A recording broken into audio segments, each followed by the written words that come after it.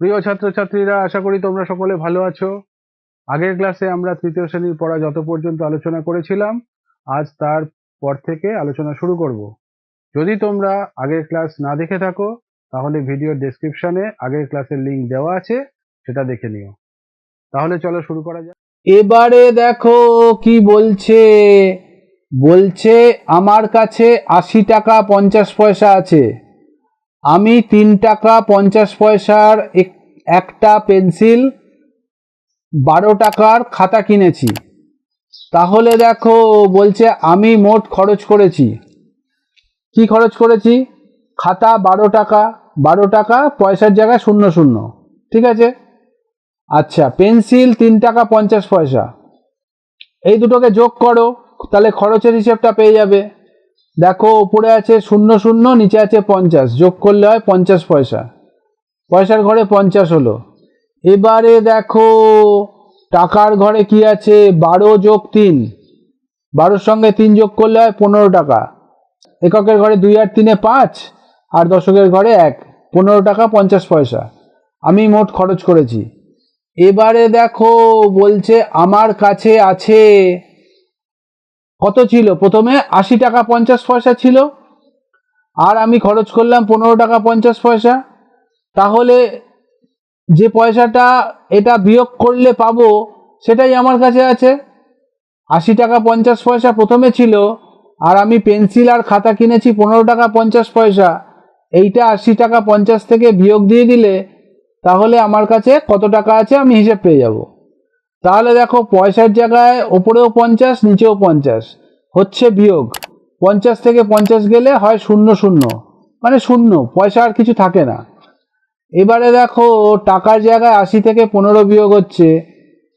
দেখো এককের ঘরে ওপরে ০ আছে, নিচে ৫ আছে। ০টাকে ১০ ধরতে হয়, ১০-এর থেকে ৫ গেলে হয় ৫, ঠিক আছে। এই ওপরে ০টাকে ১০ ধরেছি, তখন বাঁদিকের যে দশকের ঘরটা, তখন ওটাকে ৮-এর জায়গায় ৭ ধরতে হয়, কারণ ওই ৭ আর ১ কেটে ১০ ধরেছিলাম, বুঝতে পেরেছো তো? তাহলে ৭ ধরতে হয়, ওপরে ৭ ধরছি এখন, আর নিচে ১ আছে, ৭-এর থেকে ১ গেলে ৬, এমন করে বিয়োগ করতে হয়।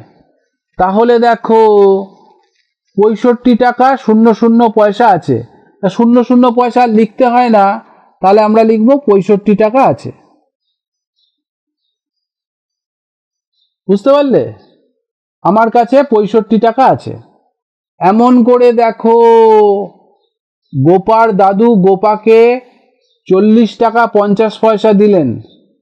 গোপা ৭ টাকা ৫০ পয়সার ফুচকা ও ৫ টাকার আলু কাবলি খেয়েছে।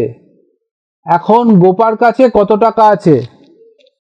এবারে দেখো তাহলে কি হলো, গোপা ৭ টাকা ৫০ পয়সার ফুচকা ও ৫ টাকার আলু কাবলি খেয়েছে। এখন গোপার কাছে কত টাকা আছে এটা আমাদের হিসাব করতে হবে। তাহলে গোপা মোট খরচ করেছে, ফুচকাতে কত খরচ করেছে? ৭ টাকা ৫০ পয়সা। লেখো ৭ টাকা ৫০ পয়সা। আর ৫ টাকার আলু কাবলি খেয়েছে, আলু কাবলি ৫ টাকা। পয়সা নেই, ০০। এখন তাহলে গোপা মোট খরচ করেছে কত? ফুচকাতে ৭ টাকা ৫০, আর আলু কাবলিতে ৫ টাকা। তাহলে দেখো ৫০ আর ০, পয়সাতে হলো ৫০ পয়সা, আর টাকাতে হলো ৭ আর ৫-এ ১২, ১২ টাকা ৫০ পয়সা। তাহলে গোপা মোট খরচ করেছে। এখন গোপার কাছে আছে, তাহলে সেই আগের অঙ্কটার মতন করতে হবে। গোপার দাদু গোপাকে দিয়েছিলেন ৪০ টাকা ৫০ পয়সা। তাহলে ৪০ টাকা ৫০ পয়সা, দেখো ৪০ টাকা ৫০ পয়সা দিয়েছিলেন, আর গোপার খরচ হয়েছে ১২ টাকা ৫০ পয়সা। ১২ টাকা ৫০ পয়সা, এটা বিয়োগ করতে হবে, কারণ মোট টাকা থেকে খরচেরটা বিয়োগ দিলে তবেই তো কত টাকা আছে আমরা পাবো।